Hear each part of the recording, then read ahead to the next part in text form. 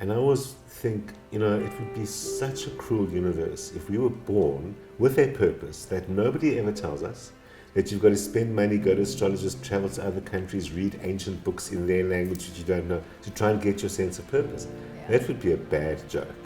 Surely it does feel like a bad joke. It's crazy. It makes much better sense that everything in nature appears or is put there, whatever it is, for a reason. Otherwise, why else is it there? Yeah. So every tree and every plant knows its purpose in the sense that it gets on with it. So we must be the same. Hello and welcome to the NixiePod podcast. I'm your host, Nicole Renee, a quantum coach and filmmaker sharing authentic spiritual adventures. We deep dive into life's mysteries and magic with amazing people that have followed their calling and have a wealth of knowledge to share. Each episode is an invitation to spark and nurture your soul. Rod Suskin is an astrologer, he's a sangoma, he's an author, he has had radio shows and TV shows and so much more. Rod taught me astrology, has a 3-year astrology course, which I highly recommend. It's very entertaining. That was, how long ago was that? I graduated 2004. Good Lord, I'm not even that old. Yeah, I know, I've been teaching a long time. You have, and it's been such an eye-opener for me to be able to learn a little bit more about myself. And we were talking earlier about how you can see what, from your karmic perspective, what to leave behind and what to work on. Exactly. I mean, astrology is such a powerful, we call it a tool nowadays. I think of it as a model of the human experience.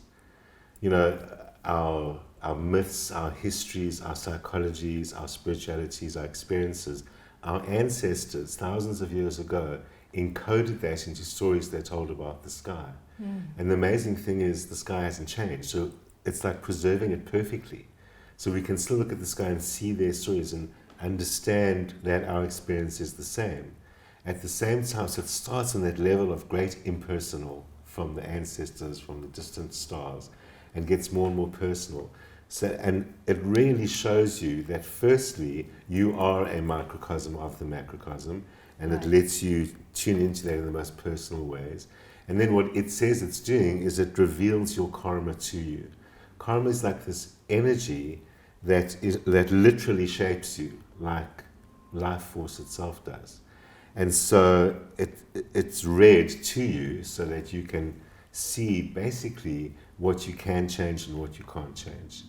Because why else would we need to know our karma? It isn't helpful to know because it can just depress you if you need the details of it. So astrology then assumes that you've had past lives. It does. I think one of the ways it assumes it also fits the modern mind in the sense that astrology says time isn't what we think it is. Yeah. So the modern mind understands, even though we can't fully grasp, that time is not a fixed thing, that like many philosophers and spiritual teachers tell us, there is no such thing as time. This is everything is one moment. Everything is in the same moment, and time's an illusion. Right. And astrology is this mathematical system that can play with time. It stretches it and pulls, and that's how we do prediction, by using methods to stretch it out mathematically to over there, and I can see what's going to happen. So we, in astrology, have said since thousands of years ago, time and space are these things that you can manipulate up and down and get a whole bunch of information out of. Right, it's almost like a system using how the stars move. Exactly, because they move in these reliable ways, so they can Right. become like hands of a clock. Yeah. There isn't really a beginning or an end, but they're going round and round. And so that we can then essentially read about the energy impact of these other lives, our past lives. We can't look at your past life and say, this is what you did and this is who you were. But what we can see is the energy of consciousness that is left behind, that is called karma. So like when we do something, like if I hurt someone, every action has an opposite reaction. So it generates an opposite reaction, but where? Unless they punch me back, where is it? Yeah. So what happens is it becomes a stored energy. Like when you wind up an old-fashioned clock or a children's toy that's got a spring in it. We store the energy in the spring, walk away from it, and then as the spring unfolds, the toy will play. So karma is the same. As we do stuff, we wind up the spring and wind up the spring and wind up the spring. And then when we die, the spring's got nowhere to go. It can't dissolve in space. The only solution is that we must be born again. And so then the spring can unfold. Right. The spring's very complex because we're doing lots of stuff, not Yes. just one thing. Yes. So it's already there at birth, like our genes, and will unfold over the course of our lives. And astrologers essentially look at the spring and say, this is what its shape is, and this is where it's pushing, and this is because of what you've done in the past. This is the residual energy. So how much free will do we have? Well, more than we sometimes think, but definitely not as much as we like to think. Yeah. So what the ancient astrologers, the Babylonians, invented astrology, and about 2,500 years ago started formalizing it into the form that we know. And what they said is that it is essentially a sliding scale. There are some things that are just not changeable. There's some things that are only changeable with difficulty. And there's some things that are easily changeable. Get on with it. Right. So actually, if you think about what I just said, most things are changeable. Just Okay. some are difficult and some are easy. Yeah. But because we hate horrible stuff as people, we don't want to, get our nails dirty, we perceive it like the difficult stuff is unchangeable as well. So it feels to us like there's 2/3 unchangeable and 1/3 changeable. But in Yeah. reality, it's the other way around. Only 1/3 is unchangeable. That's the stuff that cannot be changed. But when you say that, I want to be able to change it.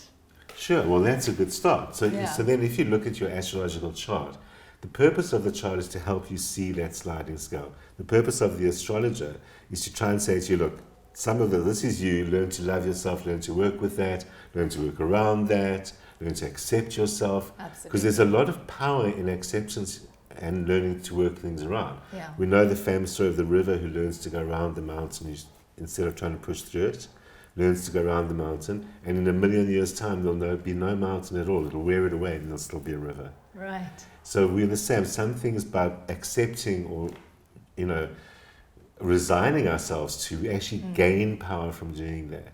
So it does help us see that, and it helps us see this is where you ought to be making changes because it's going to be easier. So it can inspire us, but it gives us a much more direct line. It's saying to you, it's worth investing your energy to become more conscious about this.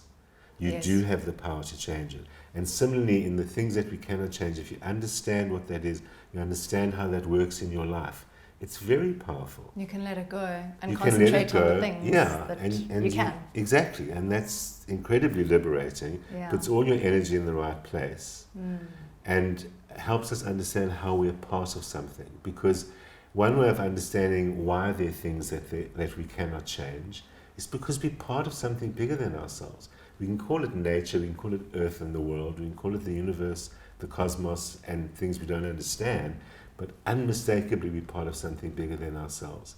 Yeah. So astrology helps us see that quite literally by using the planets, but also then reminds us that, some things you cannot change about you, we call it genetics, in the same way that the tree is always going to be like that. So we have a function in the greater world. We often don't know what it is. It doesn't matter. You don't Yeah. have to know what it is. You just got to get on with trying to do you, because you Yeah. must assume that that's the function, is to be you. So there must be things that we cannot change because we've got a function in a bigger ecology that we don't have power over and should not have power over. It's not up to us. It's like being a cell in a body. Every cell in a body must sit there thinking, what is the purpose of me? I'm nothing, and I've got these same bloody chromosomes as everyone else, and what is the purpose of life? Because it doesn't know the whole body. But every cell is important, and every cell is relying on every other cell. They're critical. Right. And they've got roles to play that if they had too much free will, that the body wouldn't grow right. So some things are going to work the way that they don't even know why it works that way. And some things you've got to decide, you've got to move that chemical over there, it's a cell, you've got to do your thing. I guess it reminds me of society as a whole. Like each of us are like a cell, and Yeah. we each have our function, and Yeah. that then creates the whole. Exactly. We have both individual purpose and bigger purpose. Yeah, and that also reminds me of the cycles of the planets and how we're going more into a cycle of wanting to be part of a whole, as opposed to all the individual work we have been doing around who am I. Yes, I mean that the individual work around who am I is important, but it can get a little bit kind of wrapped up in yourself as well, and make us lose sight of the fact that we're also part of something bigger. Yeah. So we do need to find a better balance, and it's certainly, I think we're learning the hard way, but okay, it's usually the best way to learn, that we are part of something bigger, and if we don't recognize that, we're going to lose everything. So it starts literally at the ecology, things like climate change, understanding our relationship with the physical larger planet. Yeah. Nothing's any different. So spiritually it must be the same. It all works the same on every level. So if we understand that our consciousness is also part of a greater consciousness, not just things, physical things are part of something bigger. And that helps us work more together and not just be me, who am I?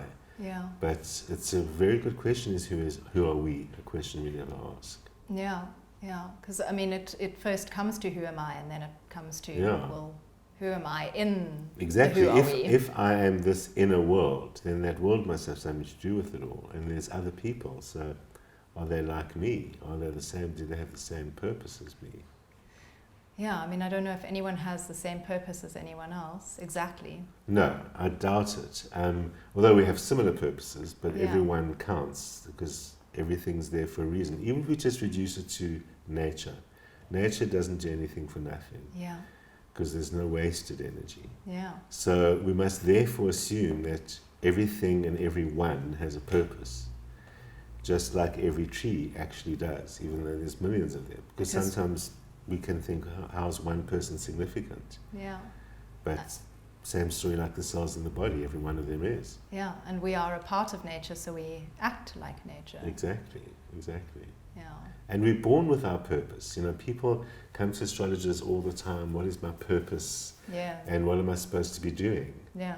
And I always think, you know, it would be such a cruel universe if we were born with a purpose that nobody ever tells us, that you've got to spend money, go to astrologers, travel to other countries, read ancient books in their language that you don't know, to try and get your sense of purpose. Yeah. That would be a bad joke. Surely it makes much better. It's crazy. It makes much better sense that everything in nature appears or is put there, whatever it is, for a reason. Otherwise, why else is it there? It must be like that because it's like that. So we must be the same. Yeah. So every tree and every plant knows its purpose in the sense that it gets on with it. A rose sits there being a rose and producing beautiful scents, and fruit trees, and they feed the animals, and everyone's doing the stuff that they naturally are born to do. So we must be the same. So we don't need to ask anyone else our purpose. It's inside us already. It's evident in things like from when we're born, what do we love doing? Yeah. What do we naturally do well? What are we naturally interested in? Those are the things that directly point to our purpose. We might still have to study them further and get a degree in them even. It depends. Yeah. We might have to develop it because we have to take ownership and grow our consciousness. Yes. But bottom line is you're born with it. And so astrology helps us see it by identifying what's natural, what's easy, what's difficult, all of that. But ultimately, it's up to us to understand and look at ourselves. And so the purpose arises out of the question, who am I anyway? But once you realize it's not outside of you, it's like, okay, what am I waiting for? My purpose is actually in this room right now because I am. Yeah. So I don't have to go anywhere. It's like, look, maybe by the end of the afternoon I'll find it. So once you bring things back to yourself, you realize, okay, I can get on with this. How did you get so much confidence around what your purpose is? I mean, you've started to study astrology and Kabbalah and were interested in medicines from a very early age. And how did you know that was okay and allow it to be part of you? Because when you started looking at it, it wasn't really so mainstream. I think I was lucky because it all came when I was a child. And, you know, children don't really question things, especially since I was the third of three children, so that, you know, parents are no longer hovering, so you've got a bit of space. And my parents allowed you to buy whatever you wanted with your pocket money. So if I asked for a book on astrology, I would definitely not have got it because they were quite scientific, my parents. But if I wanted to buy it, they had to let me buy it. So that's initially how I got a lot of that stuff. But I had experiences of dreams and things like that when I was a child. An angel came to visit me as well when I was about 8 or 9 years old. I remember it was like yesterday because it was the most astonishing experience I'd ever had. So I knew things were real and that there was more to know. Actually, I was being taught tarot cards in my dreams. When I was 9 years old, I started asking for tarot cards. And no one, including me, knew where I got the name from. I didn't know where I got it from either, but I just started demanding them, and they said no, and I did the pocket money thing. And astrology, by the time I was 11, that I do know, and not where I got it from, but how I started reading about it, because then I started reading. But again, because of that childhood thing, you kind of assume stuff is true. There's a lot you don't question. And I learned to trust myself automatically because at that age there's no one else, especially with that. I mean, I did know I was a bit of a different child. So by the time I was 10 or 11, I had a little hypnosis show at school. I was in like the 5th grade. I got a hypno coin, they were called, hypnodisc, from the back of a comic. You could write away for it. Came all the way from America. Wow, that's quite innovative. It was this thing that just like dizzied your eyes, and I can hypnotize the boy sitting next to me and call it a hypnosis show. And so I was already a little bit comfortable with exposing the weird stuff. It obviously didn't bother me. Yeah. And I just felt, as I said, because it had been there since I was so little, it felt I knew it to be true. And then in my early teens, I discovered that plants could heal people. And I came from quite a medical family. And that just blew my mind. You mean you didn't need medicines? You didn't need the pharmacy? So it was very mind-blowing. Yeah. So I began to realize there's information that you don't get from the regular world.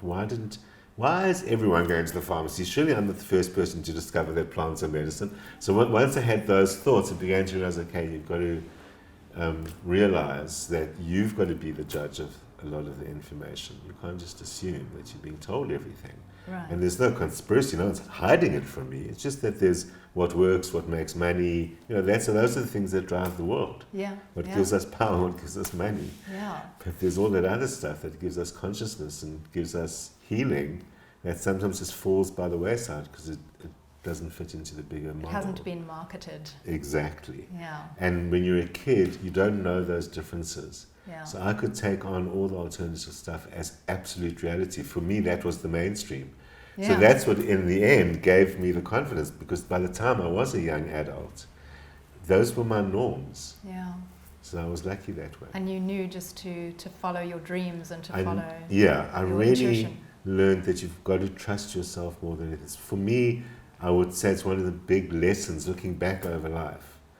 The most important thing I learned was to listen to myself. And listening to yourself arises out of trusting yourself. I trusted myself, maybe also because no one else was into that or doing that, or I was the only person I had to trust. But listening to yourself is when you learn that you are right, because I think everyone has that voice inside them that tells them when they're right. And we have it all the time, but we're so distracted and so being told by advertising and all those things, what's right and what's wrong, that we don't hear that voice. But it is all there.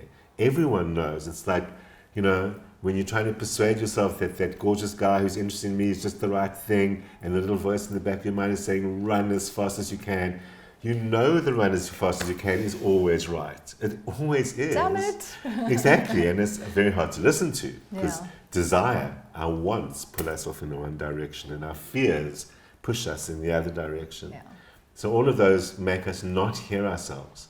But really, everyone watching this, and if you sit quietly with yourself for a minute, close your eyes, you know what is in any situation, what's right, what's wrong, what you want, what you don't. It's actually in there. So I learned to listen to myself because I was the only one at that point. And you quickly discover it's correct. Yeah.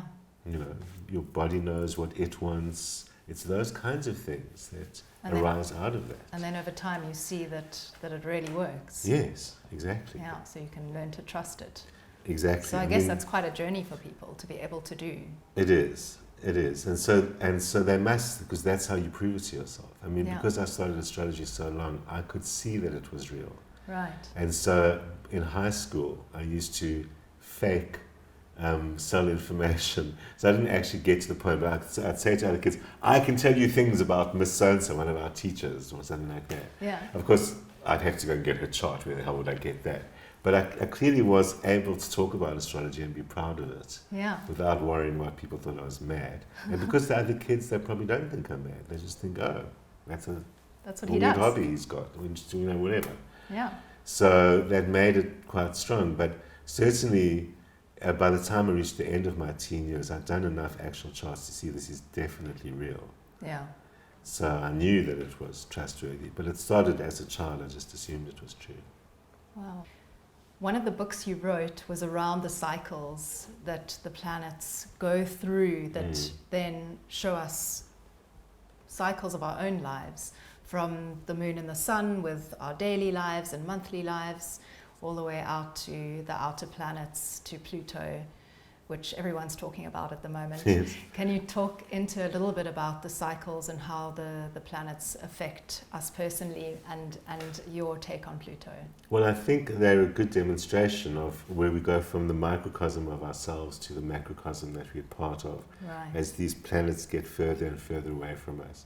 So when we look at those personal cycles, the sun and the moon are cycles that we acknowledge and we celebrate or make use of in our lives. Yeah. Both in the calendar, things like the fact that we do recognize that a woman's cycle is related to the moon. We celebrate our birthdays, which are the solar cycle. And then there are things, important ones like the Saturn return cycle, the cycle of Saturn, which at 29-ish years comes around to grow us up, basically. It's always the big lesson of. Yeah. So, I mean, South Africa was 29 when apartheid was abandoned, Wow. the old South Africa. And the new South Africa is now 29. Ooh. And so we're maturing and we're growing up and we're going to drop a lot of the childish nonsense and get on with it. Oh my So gosh, that's that would be promising. so nice. That is promising. It's always a very difficult year, and most people Yeah. will know 29, if you're older than 29, you look back at 29, most people only think, I never want to be there again. It was really hard. Because it brings in those boundaries that Exactly. feel difficult Saturn to is about stick boundaries. into. Yeah. Yeah. And unfortunately, life on earth and adulthood and responsibility are about boundaries. But astrology says the whole meaning of astrology is by understanding where the boundaries are, you have enormous freedom inside that. But if you don't know that the boundaries are there, you waste a lot of your energy beating up against them, and you actually end up having less freedom. You spend all your time banging your head on that wall, and you could have gone on the door on the other side. Yeah. That's the purpose of astrology. It says there is a wall over there. Don't go there. Don't try and say, I've got free will, I'll go through any wall I like. Rather just find the door, go outside and exercise your free will. So that's how astrology shapes us with regards to those parameters. But Saturn comes along and says, now that you're older, there's something that you have no power over, be that your bond or the marriage contract you just signed, the fact that divorce happens, sorry for you, stuff happens. So all these things that really toughen us up. Yeah. And we get to bigger and bigger cycles, which are even cycles of social change. So the outer planets, we use to understand social change. And social also means history and all the big forces. From things like Pluto going into one of the signs at every 20 or 30 years, which is why everyone's talking about it now. But even just to quickly go back a couple of years to what Pluto was doing with the whole COVID thing, was a Pluto cycle. Yeah. So in astrology, ever since Pluto was discovered in 1930, it's always been the ruler of viruses, interestingly enough, and hidden diseases and all of those things that are dangerous and cannot be seen. Nuclear energy being the primary example. It was discovered at the same time as we first split the atom using an atom called plutonium. So it's very much about this power that lies below the surface, and that is generally what looks like the power of destruction, but is really the power of change, which is generally has to be destructive, but it's the power of change. So looking at Pluto around COVID, how did you know that something So like Pluto and Saturn get together every 37-ish years or so. And they are like the two scariest planets in astrology, karma, things you're not in control of, power that you can't see, big change that you don't want because no one wants change. So Pluto and Saturn came together at the end of 2019 for the first time in 37 years. 37 years before that, in 1981 and a half, it was when the HIV virus was identified. Oh, wow. That was the previous epidemic. So a lot of astrologers throughout 2019 and before were saying something. I went, like a lot of them, saying World War III was just about to hit us. And I remember on my show on TV during the month ahead, in January of 2020, saying every country in the world is about to go into crisis. And thinking to myself, oh my word, I'm talking about World War III and I'm not using the words. Although the whole year before I kept on saying, don't forget World War III next year, and it turned out to be COVID. But all astrologers could see that because Saturn and Pluto were coming together, which we know is asking for big stuff. Something's going to happen. So it plants the seed of long-lasting change. Right. To use a simple example, we take, say, HIV. Yes. So the AIDS crisis appears in the early 80s when Saturn and Pluto are together, and it's in a world that's a little bit different than ours. So the fact that it emerges in the gay community makes it, well, it's their problem. That was the 80s. So it was an underground epidemic. I mean, millions upon millions of people died.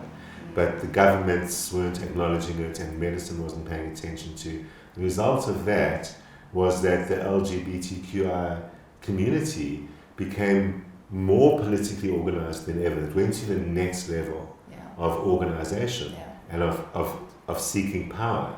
And 20 years later, gay marriage starts appearing in the world. That big distance of time is because they had politicized themselves differently from maturing to something that had an authentic political power and could get people to change their policies. A much larger group of people are accepting of gay marriage and relationships. So what's happened with the COVID period was, apart from the virus, which is the incidental part of it, is that the social change that is planted at that time, by the time 10 or 20 years have gone by, we'll see, wow, we created something important actually. Maybe it's because everyone was forced to do something differently. Stop driving to work every day. Stop killing the environment and the planet. Start relocating our energy and how we live, where we don't have this crazy world of this 9 to 5 in a suit, drive to 2 buildings using power and all that started breaking down. And that I don't want to be on my own in my own house all the time. Exactly. Yeah. So, and that's just one example of many things which started breaking down and will turn into new systems that are much better, that emerge out of that. Right. So that's Pluto already starting. Slowly starts to change the mindset of people over time. Yeah. Even though there's a point where you go, whoa, that, like, I see what needs to happen. Yeah. And then it starts to infiltrate into the psyche of a larger population. Because it works like a seed or like an underground fungal network. Now what's happening is Pluto is going into the sign of Aquarius. Yes. So every time Pluto, or probably one of the other big planets, goes into a new sign, that itself, it's like, let's call it a new kind of social era as opposed to a change, because that's going to last for like 20 years. Yeah. Pluto goes into Aquarius. So it produces societal changes around what Aquarius is going to be concerned with. If we briefly go back an example, the previous one has been Capricorn before it got to Aquarius. Pluto got to Capricorn in 2008 and the world stock exchanges all collapsed. Bang! Literally as Pluto went into Capricorn. Capricorn is about money and bank and old structures and all of those kind of things. And they were torn down since 2008. The banking systems, for better and for worse. Some of it's, yay, we lost all those old fuddy-duddies in those banks. Some of it's more difficult. Crypto gets born. But some of it is also, there's more poverty and there's bigger wealth with the billionaires. You know, all the versions come out of how money will change. And when Pluto's in Capricorn. Yeah. And Aquarius is very much about society and the structure of society and what our goals and ideals are all about. So in the structure of society, you'll see two things. On the one hand, a lot of the old boundaries breaking down, so there's more acceptance, and there's more, a lot of the acceptance of diversity and so-called wokeness is really this recognition that we're all people, that we're all in this diverse way, are equal in our representation. No matter what we think about things, exactly. Each person has a different view. Exactly. But the other thing about it is it also then will create new structures at the same time. Right. So what you also get is this increasing fragmentation. While you get increasing lack of boundaries and societies all coming together, at the same time you get more and more fragmentation because everyone's saying, my group has rights, my group has, I'm this group.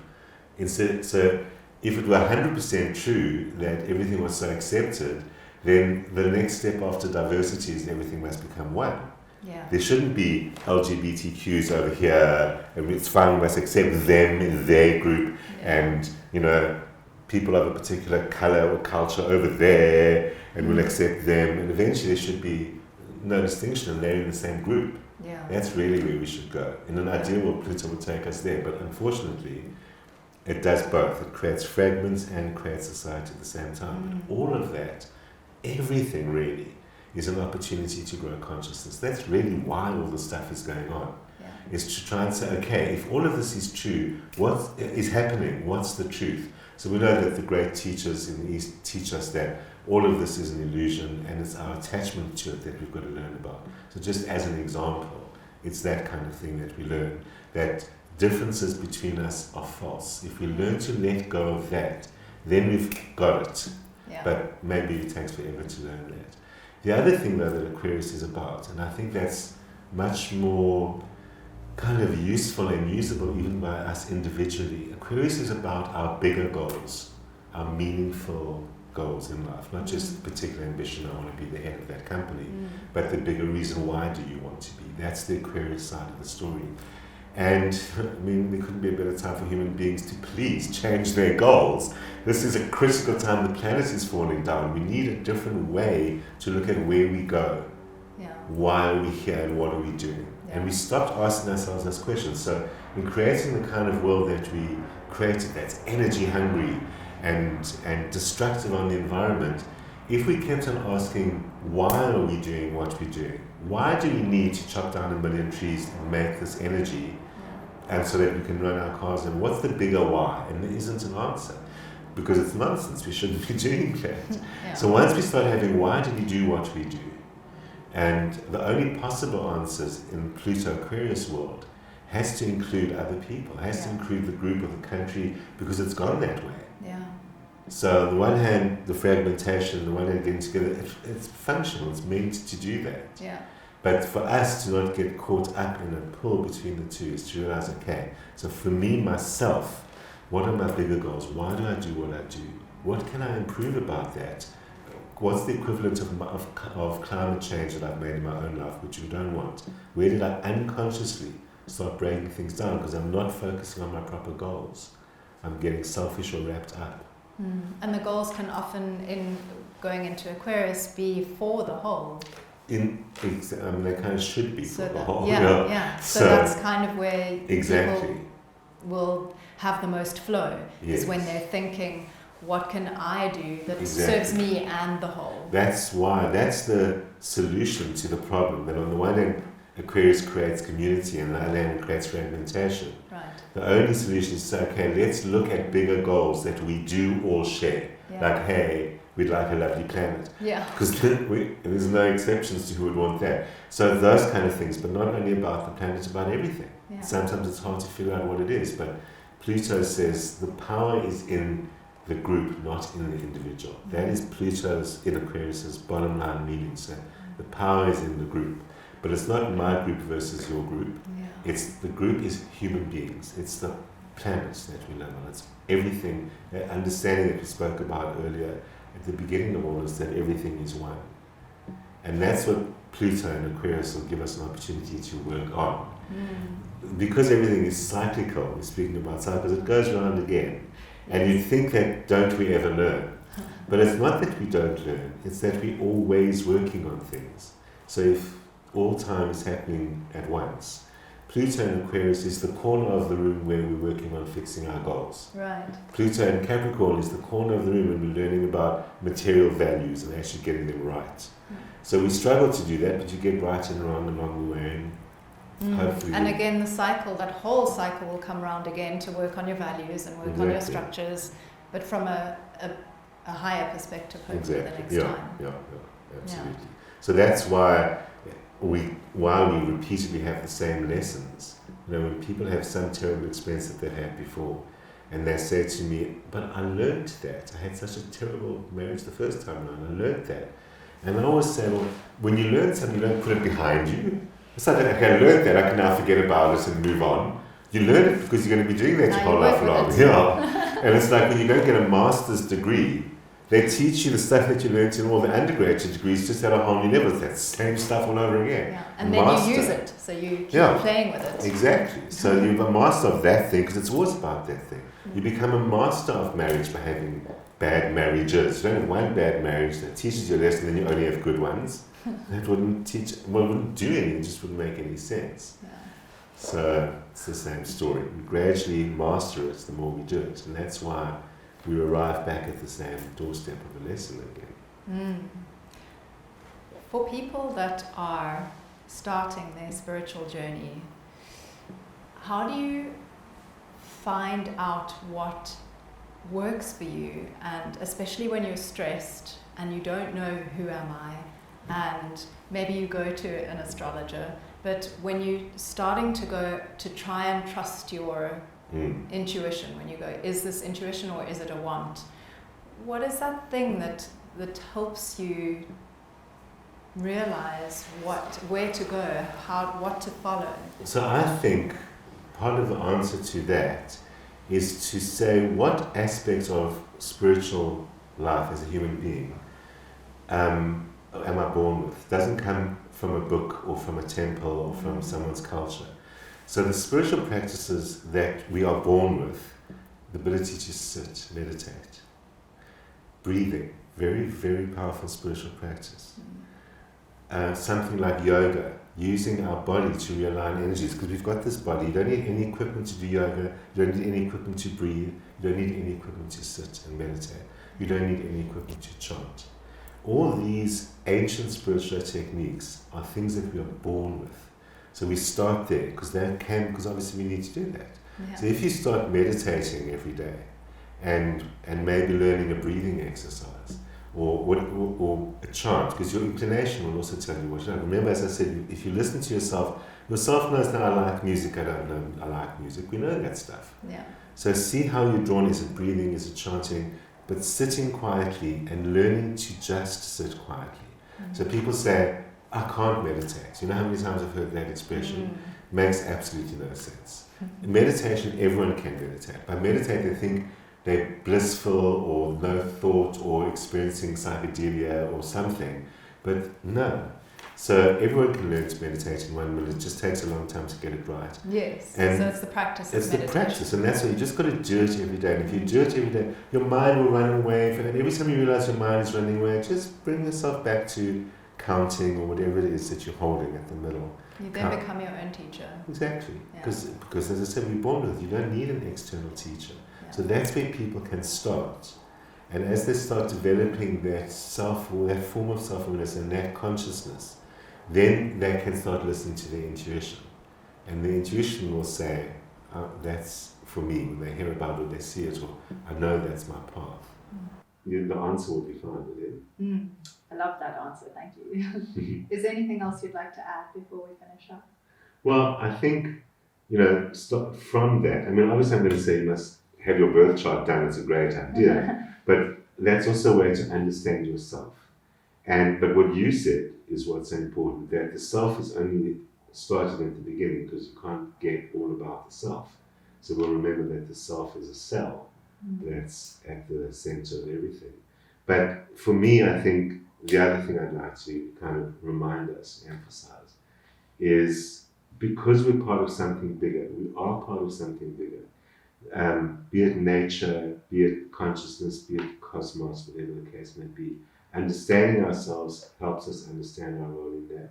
But we're living in a time, Pluto in Aquarius, where we're getting the opportunity to see that. So keep your eyes and ears open. Ask yourself questions. When stuff happens on the news, don't tell yourself that's happening to other people. It's happening to you, because this is the Pluto in Aquarius age for the next 20 years. And so you've got to ask yourself, what goals can we have as humanity as well? Because I'm part of humanity. So I think this is all an opportunity for all of us to take stock of ourselves, to be truer to ourselves and to other human beings. It sounds idealistic, but there couldn't be a better time than Pluto in Aquarius. Yeah. So in that sense, I want to say this is it's a great time for, in the nicest possible way, waking up. Absolutely, absolutely. And no matter where you are on the scale of waking up, there's always more presence and work that you can do to have a happier life. Absolutely. Well. And sometimes the other thing is people fall off the wagon. I've meditated so well last year, now I haven't, and I feel guilty every day, and people think they get despairing. So the tradition tells us that karma, when we work on our spiritual lives, we burn karma. Burning karma is like burning firewood. So if you stop doing it, it doesn't come back. It's burnt. It's okay, It's burnt, it's gone. So as soon as you carry on, you're going to carry on from where you were. Because that's why they call it burning karma. When it's gone, it's gone. It's fine. Don't lose heart. Just get back on the wagon. Just get back to the meditation. Just get back to the good habits of writing down your dreams, whatever it was. Don't lose heart. Just gently, kindly bring yourself back. Rather than thinking, damn, I can't believe I stopped that journal again. When you finally get around to keeping it, you congratulate yourself instead and say, amazing. Even after 6 months of I've managed to get myself back here. That is such great advice. Yeah. Because we all have it in us. We don't need anything outside of ourselves. Don't worry about what you did and stopped. Exactly. When you're ready, get yourself back in. Because we all do that. We all stop. And as I said, it becomes so disheartening because you start thinking this is impossible. And how am I ever going to get to the point where I do this 365 days a year? There's no such thing again as that. 2 days is better than 1 day if you managed. Your meditation or fixing your habits or creating your goals. Yeah, and again, from whatever aspect you're looking at it from. Yeah, absolutely. Yeah. Thank you so much, Rod. Thanks, Nikki. Thank you for your wisdom and for joining us. It's been lovely talking to you and everyone as well. Thank you. I look forward to the next one. Me too. Thank you. If you enjoyed this episode, please write a review and rate the Nixie Pod Show. It helps to get this information out to more of our soul tribe. Thank you for listening.